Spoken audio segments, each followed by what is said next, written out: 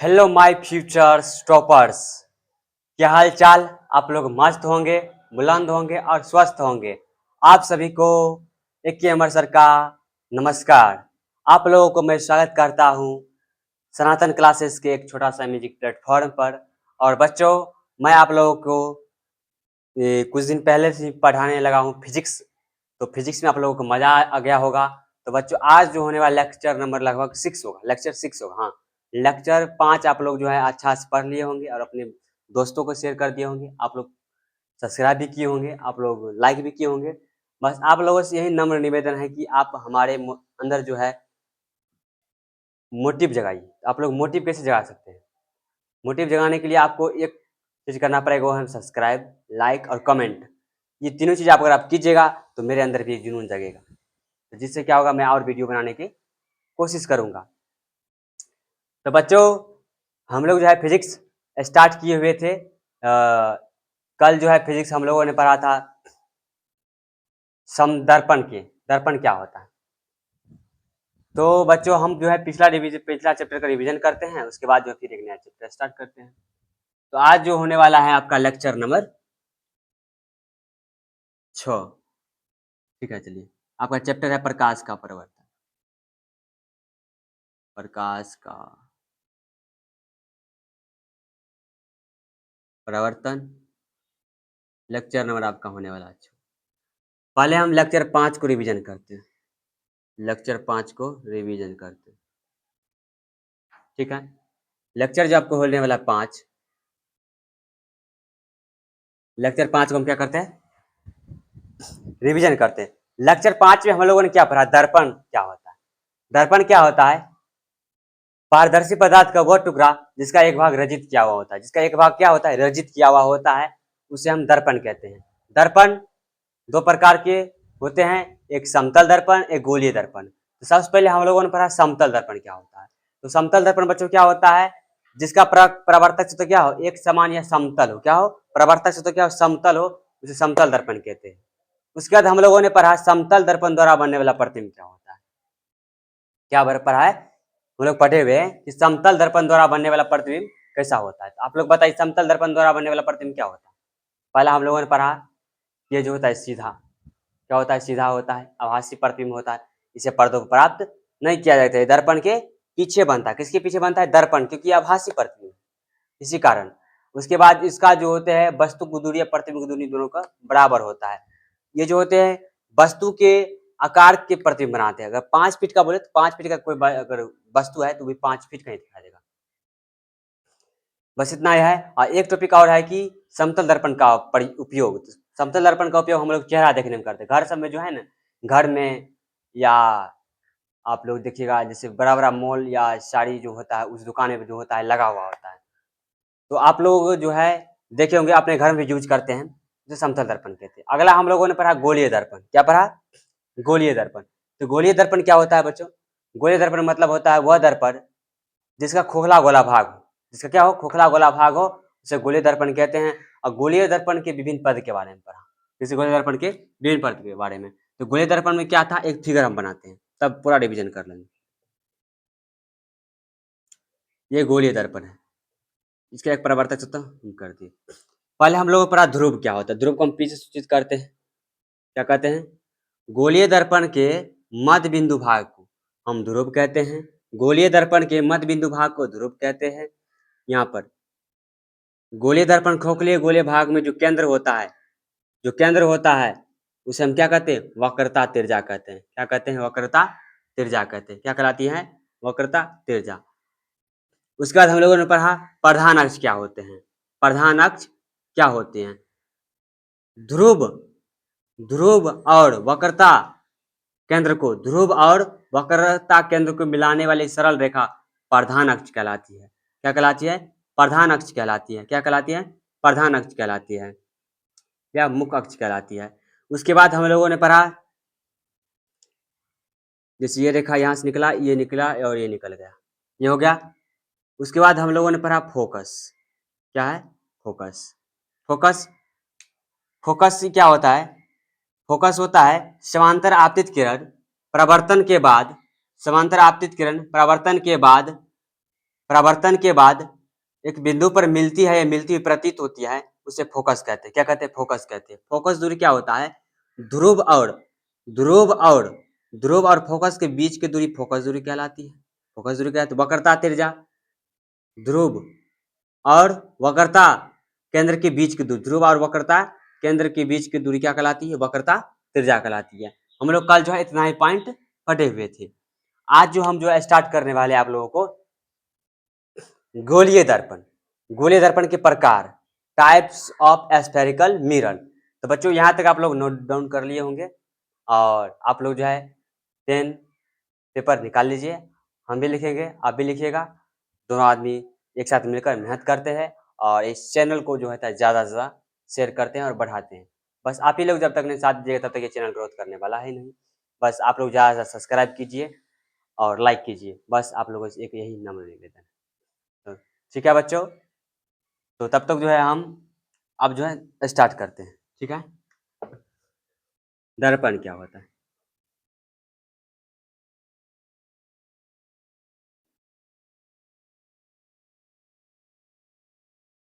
दर्पण क्या होता है?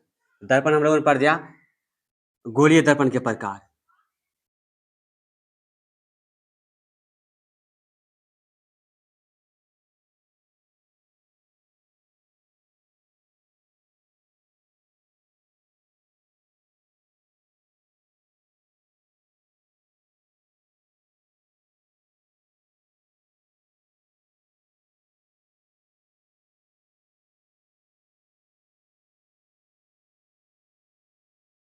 गोलीय दर्पण के प्रकार, तो गोलीय दर्पण के प्रकार दो प्रकार के होते हैं। पहला आपका होने वाला है उत्तल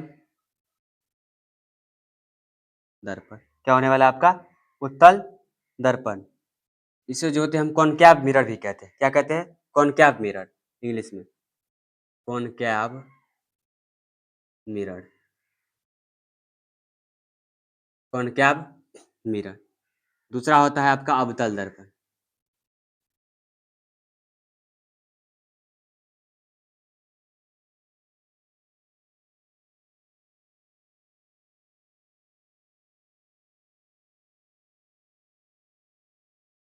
पहला है आपका उत्तल दर्पण, उसके बाद है अवतल दर्पण। उत्तल दर्पण क्या होता है? उसे हम कॉनकैव मिरर कहते हैं। क्या कहते हैं? कॉनकैव मिरर कहते हैं। अवतल दर्पण को जो है कॉन्वेक्स मिरर कहते हैं। तो बोलिए गोलीय दर्पण कितने प्रकार के होते हैं? दो प्रकार के होते हैं। पहला होता है उत्तल दर्पण, उसके बाद होता है अवतल दर्पण। तो पहले हम लोग जो है पढ़ेंगे अवतल दर्पण क्या होते हैं। पहले क्या पढ़ेंगे हम लोग? अवतल दर्पण क्या होते हैं। तो आप लोग हेडिंग डालिए अवतल दर्पण क्या होता है। तो हेडिंग डालते हैं, ठीक है। आप लोग ये नोट डाउन कर लिए होंगे, ठीक है।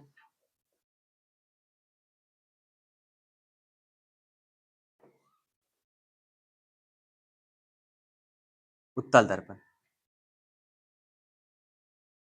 एक नंबर आपका होने वाला है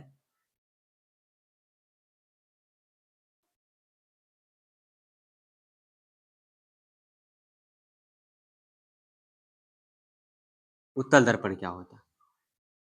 वह दर्पण जिसका परावर्तक सतह धंसा हुआ हो। परावर्तक सतह धंसा हुआ, तो एक चीज बताइए परावर्तक सतह होता क्या है? परावर्तक सतह क्या होती है? प्रकाश की किरण जिस सतह पर टकराती है उसे परावर्तक सतह कहा जाता है। लेकिन यहाँ क्या है? वह दर्पण जिसका परावर्तक सतह क्या धंसा हुआ हो। कैसे धंसा हुआ होगा बच्चों? देखिए यहाँ पर यह एक प्रकार का, समझिए एक प्रकार का क्या है? दर्पण। क्या है? दर्पण। ये दर्पण है। बोला है कि इसका परावर्तक सतह, ये कौन सा सतह है?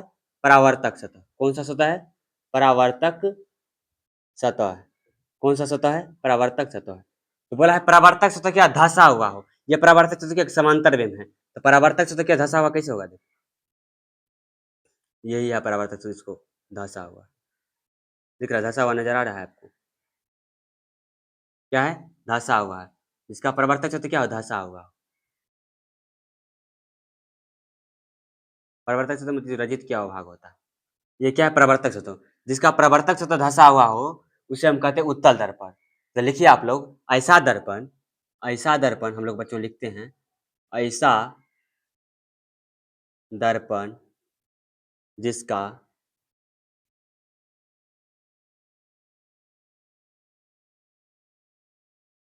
परावर्तक सतह धसा हुआ हो, क्या हो, धसा, धसा हुआ हो उसे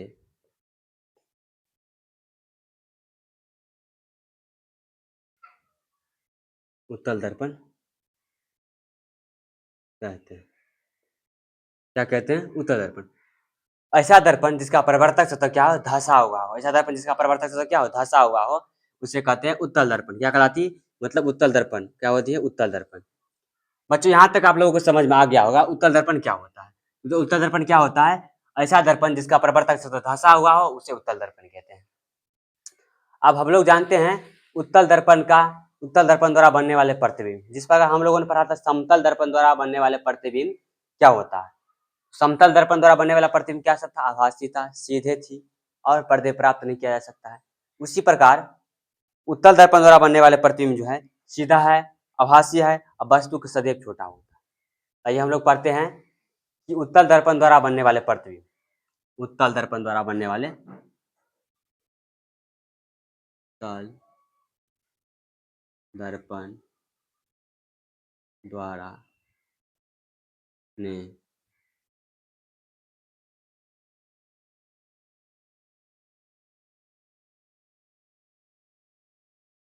क्या है, उत्तल दर्पण द्वारा बनने वाले प्रतिबिंब। पहला उत्तल दर्पण द्वारा बनने वाले प्रतिबिंब क्या होता है, सीधे होती है। कैसे होते हैं, उत्तल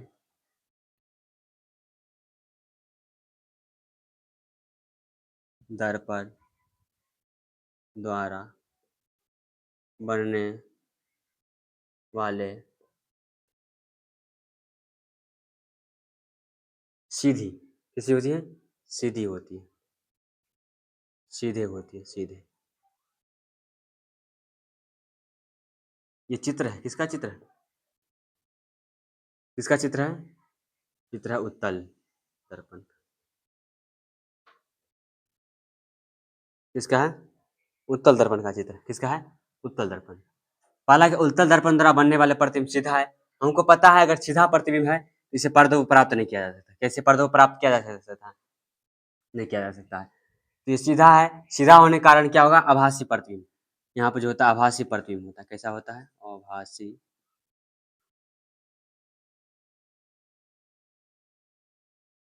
आभासी प्रतिबिंब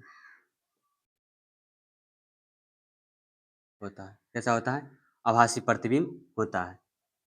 अगला है आभासी प्रतिबिंब होता है, इसे पर्दों पर प्राप्त नहीं किया जा सकता, इसे पर्दों पर प्राप्त नहीं किया जा सकता है। ठीक है, यह आभासी प्रतिबिंब इसे पर्दों प्राप्त नहीं किया जा सकता है। उसके बाद ये दर्पण के पीछे बनता है, लेकिन एक है कि यह वस्तु का सदैव छोटा होता है। वस्तु का सदैव छोटा होता है, क्यों होते बताते हैं आपको। यह वस्तु के, इसका प्रतिबिंब उत्तल दर्पण का प्रतिबिंब, उत्तल दर्पण का प्रतिबिंब वस्तु के सापेक्ष,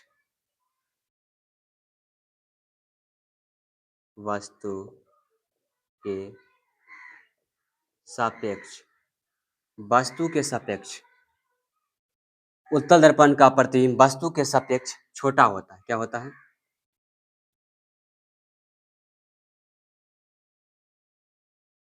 वस्तु के सापेक्ष छोटा होता है। उत्तल दर्पण का प्रतिबिंब जो होता है वस्तु के सापेक्ष छोटा होता है। कैसा, कैसे होता है, देखिए बच्चों, आप लोग जो है कभी आप लोग मोटरसाइकिल पर चढ़े होंगे, तो आप लोग मोटरसाइकिल पे जो चढ़े होंगे तो उसमें जो देखिएगा प्रतिबिंब जो बनता है वस्तु के सापेक्ष छोटा बनता है।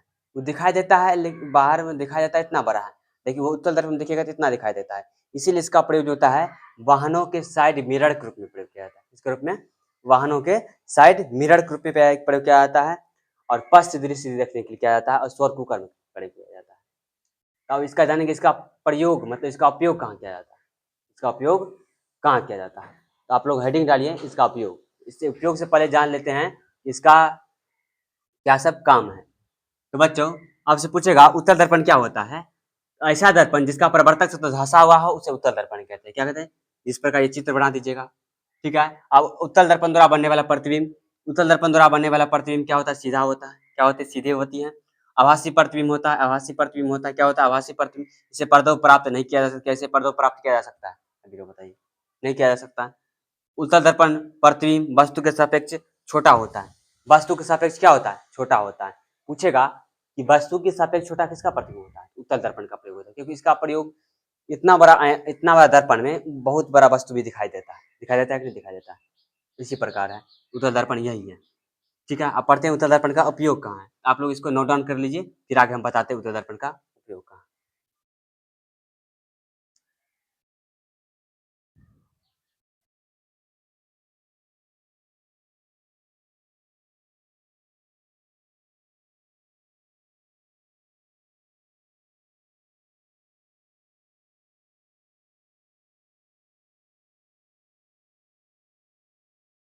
पढ़ लिया बच्चों? अब इसको मिटा देते हैं। आप लोग इसको रिविजन कर लीजिए।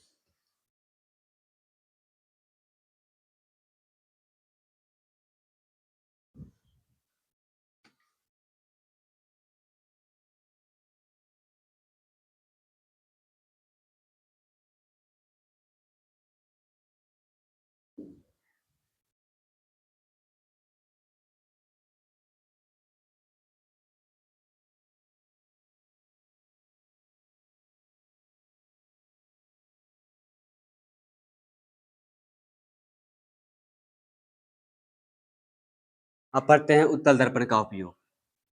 बहुत वीवीआई क्वेश्चन है, 2 नंबर में पूछेगा।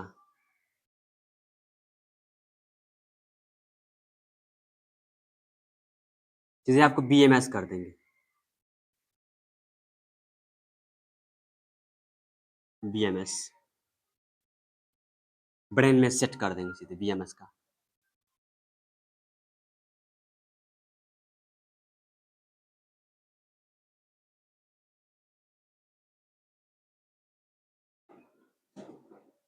उत्तल दर्पण का उपयोग पहला है साइड मिरर के रूप, वाहनों में साइड मिरर के रूप में किया जाता है। वाहनों में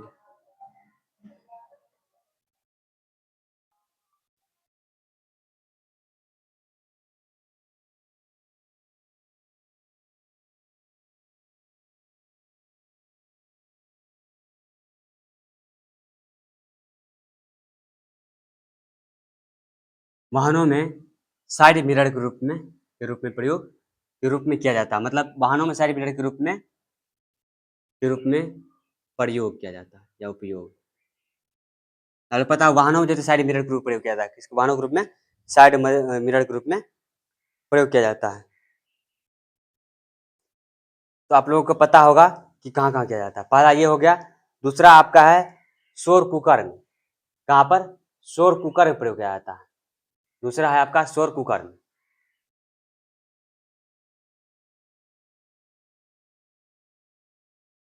शोर कुकर में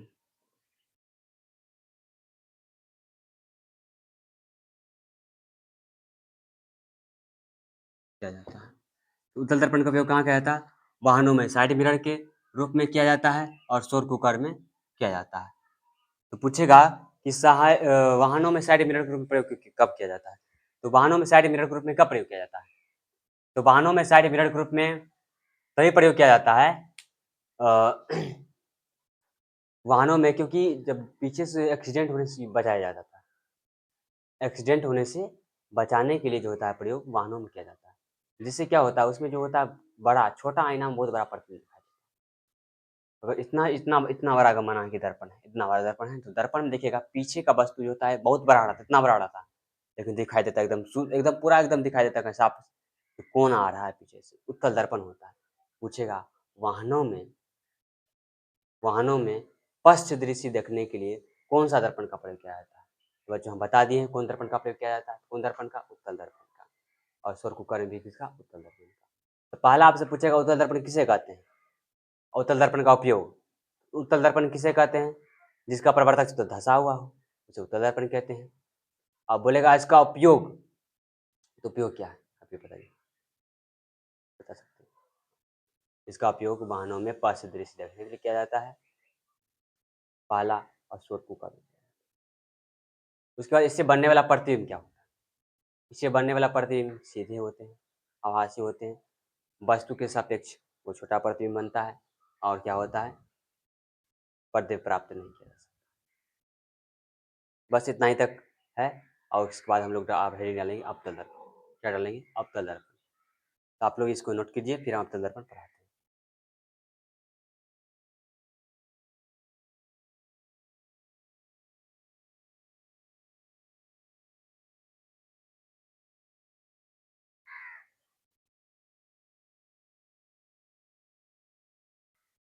तो बच्चों हम लोग जो है अब पढ़ लिए हैं, अब पढ़ने वाले हैं अवतल दर्पण।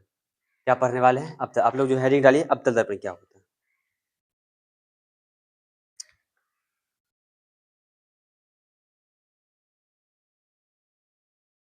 अवतल दर्पण क्या होता है? आप लोग हेडिंग डालिए अवतल दर्पण।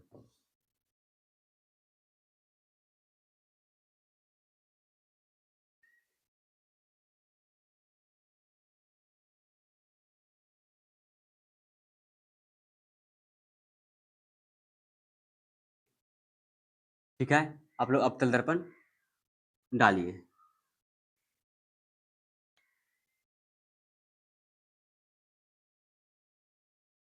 अवतल दर्पण से उसका बोला उत्तल दर्पण की क्या परावर्तक सतह क्या होता है? वह धंसा हुआ होता है। इसका परावर्तक सतह क्या होता है? उठा हुआ होता है। क्या होता है? उसका उल्टा, इसका विपरीत होगा। क्या होगा? इसका उल्टा होगा। क्या होगा? इसका उल्टा।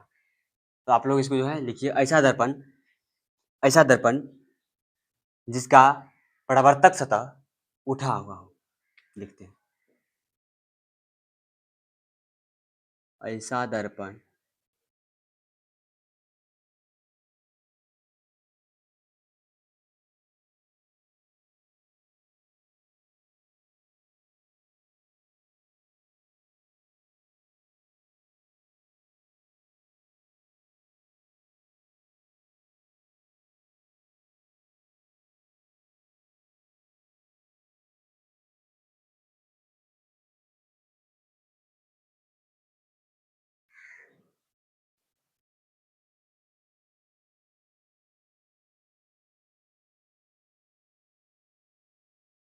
ऐसा दर्पण जिसका परावर्तक सतह उठा हुआ हो, उसे कहते हैं अवतल दर्पण। क्या कहलाती है? अवतल दर्पण ऐसा दर्पण जिसका परावर्तक सतह क्या? उठा हुआ हो। उसका था धंसा हुआ, इसका है उठा हुआ। जिसका उठा हुआ होता है उसे अवतल दर्पण कहते हैं। जिसका उठा हुआ होता है उसे अवतल दर्पण कहते हैं। क्या कहते हैं? जिसका परावर्तक सतह क्या होता है?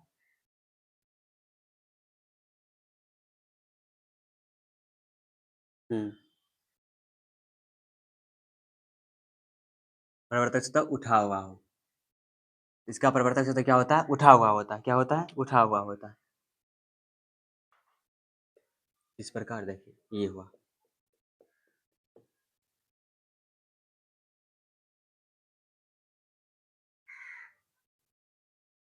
हो गया। परावर्तक सतह क्या होता है?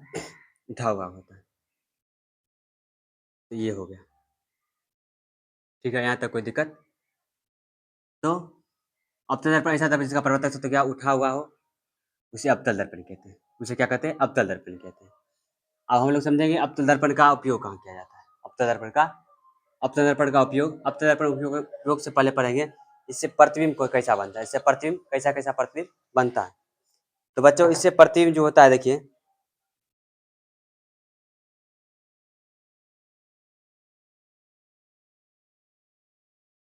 इसका प्रतिबिंब अवतल दर्पण द्वारा बनने वाले प्रतिबिंब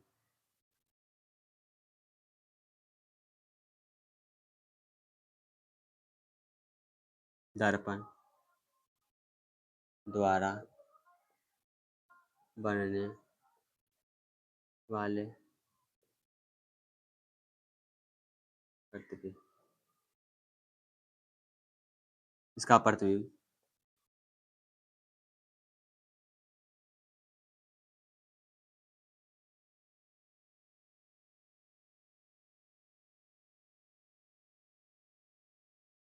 वास्तविक होता है। कैसा होता है?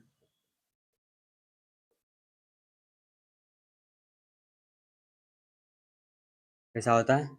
वास्तविक होता है। इसका प्रतिबिंब वास्तविक होता है और इसका प्रतिबिंब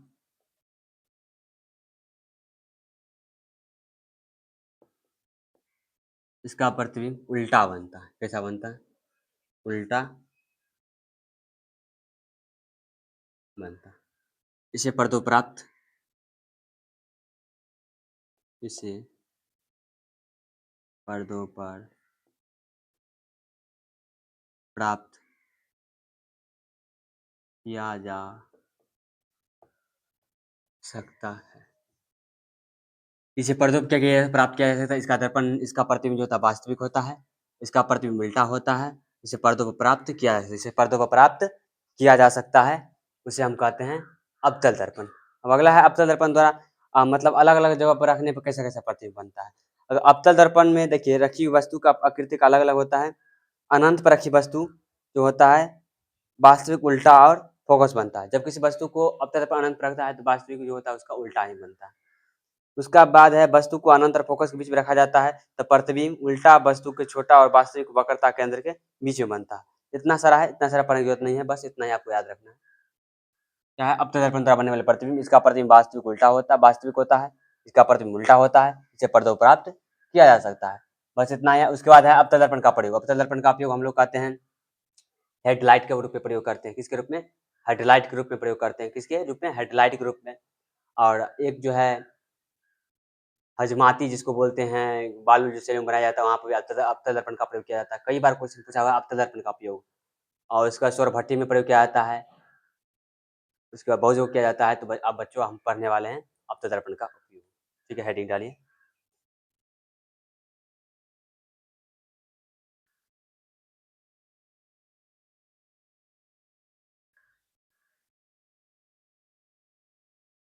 तो बच्चों अब हम लोग पढ़ने वाले हैं अवतल दर्पण का उपयोग कहाँ-कहाँ होने वाला है। अवतल दर्पण का उपयोग कहाँ-कहाँ होने वाला है।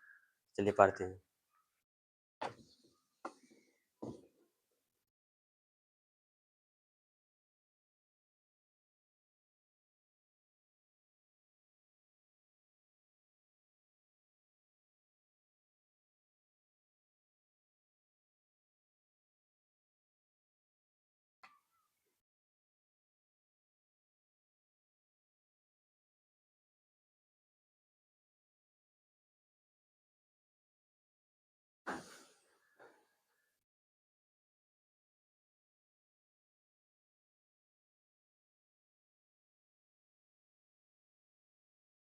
पहला है हजमाती। हजमाती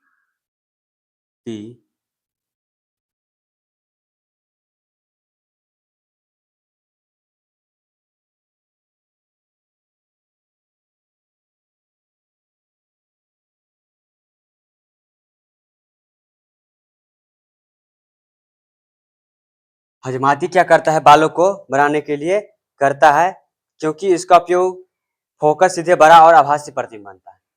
जब इसको क्या किया जाता है? वक्रता त्रिज्या वाले अवतल दर्पण को, वक्रता त्रिज्या वाले कैसा प्रतिबिंब बनता है आपको? सीधा बड़ा और आभासी प्रतिबिंब बनता है। क्योंकि सीधा बड़ा और आभासी प्रतिबिंब बनता है। क्योंकि क्योंकि सीधा बड़ा आभासी प्रतिबिंब बनता है। हजमाती बाल को बनाने के लिए करता है, क्योंकि सीधा बड़ा और आभासी प्रतिबिंब बनता है। दूसरा है वाहनों के हेडलाइटों के रूप में क्या? तो वाहनों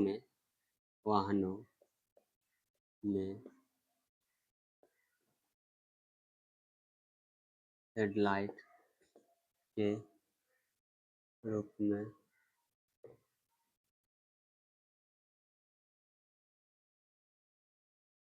किया जाता है। वाहनों में हेडलाइट के रूप में किया जाता है। वाहनों में जो हेडलाइट के रूप में प्रयोग किया जाता है। उसके बाद है टॉर्च। टॉर्च और सर्च लाइट एक ही होता है। टॉर्च और सर्च लाइट में भी प्रयोग किया जाता है। तीसरा टॉर्च टॉर्च और सर्च लाइट।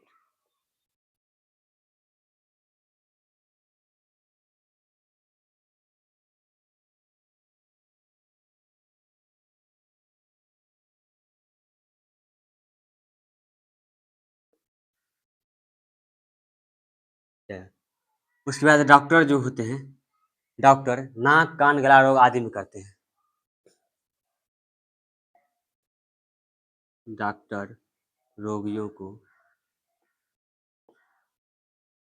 नाक कान गला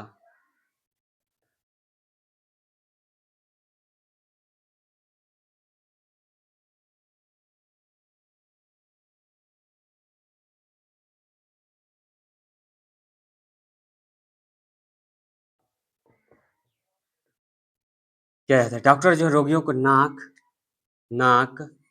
कान गला आदि में भी उपयोग करते हैं। कहाँ कहाँ करते हैं? डॉक्टर जो है रोगियों को नाक कान गला, अगला है सौर भट्टियों में करता है। इसका एक हो जाएगा आपका 5वां सौर भट्टियों में। सौर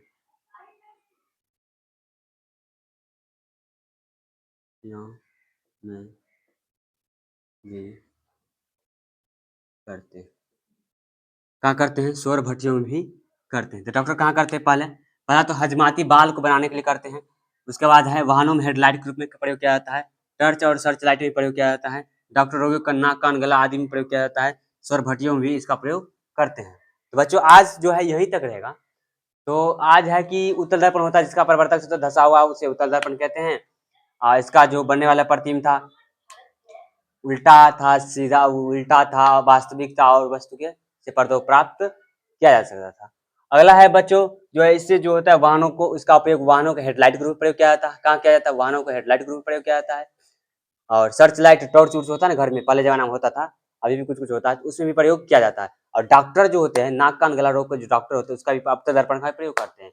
हजमाती तो बाल बनाने के लिए प्रयोग करते ही हैं, और ब्यूटी पार्लर तो आप लोग जानबे करते हैं बढ़िया से, वहाँ भी किया जाता है। और उसके बाद हो गया लगभग। तो बच्चों आज यहीं तक रहेगा। कल जो है लगभग चैप्टर को हम समाप्त करने की कोशिश करेंगे। ये लेक्चर 6 है, इसको आप रिवीजन कर लीजिएगा। आप अपने कॉपी में जो है उत्तल दर्पण और अवतल दर्पण में अंतर लिख लीजिए। बहुत क्वेश्चन बहुत बार पूछेगा उत्तल दर्पण और अवतल दर्पण में अंतर। तो उत्तल दर्पण जिसका परावर्तक सतह धंसा हुआ हो, अवतल जिसका परावर्तक सतह उठा हुआ, इससे बनने वाला प्रतिबिंब सीधा इससे उल्टा होता है, या आभासी होता है, या वास्तविक होता है। इससे पर्दों प्राप्त किया, इससे पर्दों प्राप्त नहीं किया जाता है। इसका प्रयोग वाहनों को साइड विराट में किया जाता है, इसका उपयोग वाहनों को हेडलाइट के रूप में किया जाता है। हजमाती में किया जाता है, इसका उपयोग हजमाती में नहीं किया जाता है। इसका सौर कुकर में किया जाता है, इसका सौर कुकर में नहीं किया जाता है। तो आप लोग इसको नोट डाउन कर लीजिए, दोनों जो है इंटर लिख लीजिएगा। बस इंटर लिखने के बाद आपसे अगला क्वेश्चन पूछेगा अवतल दर्पण का उपयोग। अवतल दर्पण का उपयोग कहाँ का है? तो अवतल दर्पण का उपयोग बच्चों है पहला हजमाती जो होते हैं बाल बनाने में करते हैं। डॉक्टर जो है नाक कान गला रोग आदि में प्रयोग करते हैं। उसके बाद सर्च लाइट के रूप में प्रयोग करते हैं, और गाड़ी जो हेडलाइट होता है वहाँ पे भी उसका प्रयोग करते हैं। और एक है सौर भट्ठी में भी इसका प्रयोग करते हैं। तो बच्चों आप लोग को बढ़िया से समझ में आ गया होगा। तो आप लोगों को जो है इस देखिएगा आज थोड़ा देर के लिए है, तो आप लोग ज़्यादा सब्सक्राइब कीजिए। जो है आगे अगला जो वीडियो आने वाला है आपको बहुत जल्दी जो है साइंस बायोलॉजी को हम चाहते हैं कि बायोलॉजी का भी वीडियो डालें। उसके बाद जो है मैथ का भी वीडियो डालेंगे, और क्लास 12 का हिंदी का तो इस बार कोर्स खत्म कर देंगे। हाँ, क्लास 12 का हिंदी जो है तो उसको हम कोर्स खत्म कर देंगे। तब तक के लिए आप मस्त रहिए, बुलंद रहिए, स्वस्थ रहिए। तब तक आप लोग मस्त रहिए, बुलंद रहिए, स्वस्थ रहिए, और आप लोग अपने माता पिता का आज्ञा का पालन कीजिए, अपने गुरुओं का आज्ञा का पालन कीजिए, जिससे आप आगे बढ़ पाइएगा। जो माता पिता को ठुकराता है वो दर दर के ठुकरा खाता है, ये आप लोग बढ़िया से जानते हैं। बस आप लोगों से नम्र निवेदन यही। ठीक है बच्चों, तब तक के लिए बाय। मस्त रहिए, बुलंद रहिए, स्वस्थ रहिए। जय हिंद, जय भारत, जय श्री राधे राधे। नमस्कार, बहुत बहुत धन्यवाद।